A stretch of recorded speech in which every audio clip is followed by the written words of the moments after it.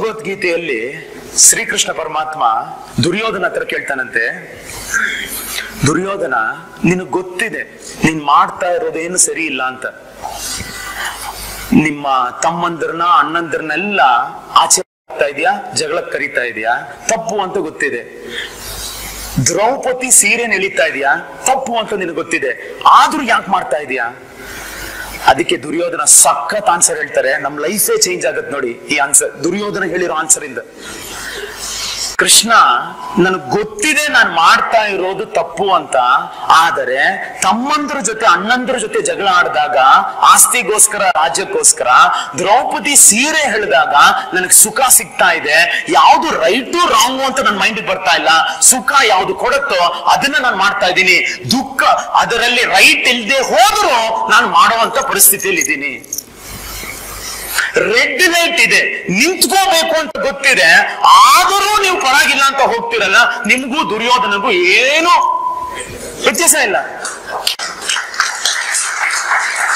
ದುರ್ಯೋಧನ ದ್ರೌಪದಿ ಸೀರೆ ಹೇಳಿದಾಗ ಈ ತರ ಮಾಡಬಾರ್ದಾಗಿತ್ತು. ರೆಡ್ ಇದ್ಬಿಟ್ಟು ದುರ್ಯೋಧನ ದ್ರೌಪದಿ ಸೀರೆಯನ್ನು ಎಳೆದಿದ್ದಾನೆ. ನೀವು ರೆಡ್ ಇದ್ರು ಆಕ್ಸಿಲರೇಟರ್ ಎಳಿತಾ ಇದ್ದೀರಾ. ಏನ್ ವ್ಯತ್ಯಾಸ? ಸೇಮ. ನೀವು ದುರ್ಯೋಧನ ಸೇಮ. ಮತ್ತೆ ದುರ್ಯೋಧನ ಯಾಕೆ ಅಷ್ಟು ಬೈತೀರಾ?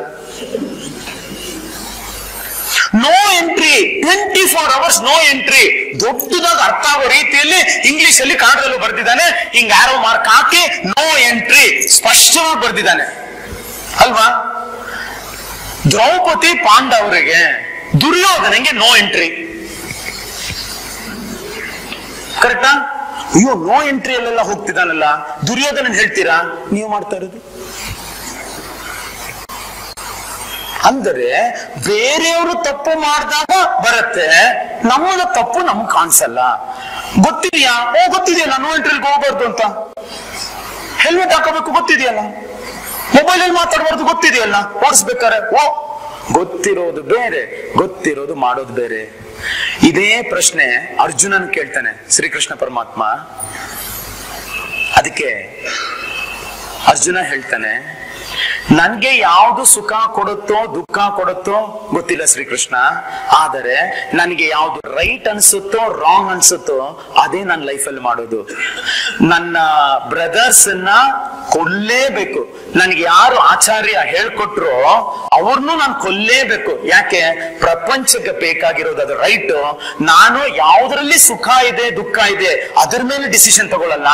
ಯಾವ್ದು ರೈಟು ಯಾವ್ದು ರಾಂಗು ಅದ್ರ ಮೇಲೆ ನಾವು ಡಿಸಿಷನ್ ತಗೊಳ್ತೀವಿ. ನಾವು ಮಾಡ್ಬೇಕಾಗಿರೋದು ಅಷ್ಟೇ. ನಾವು ಮಾಡ್ಬೇಕಾಗಿರೋದು ಸಿಂಪಲ್ ಆಗಿ ಅಷ್ಟೇ ಇರೋದು.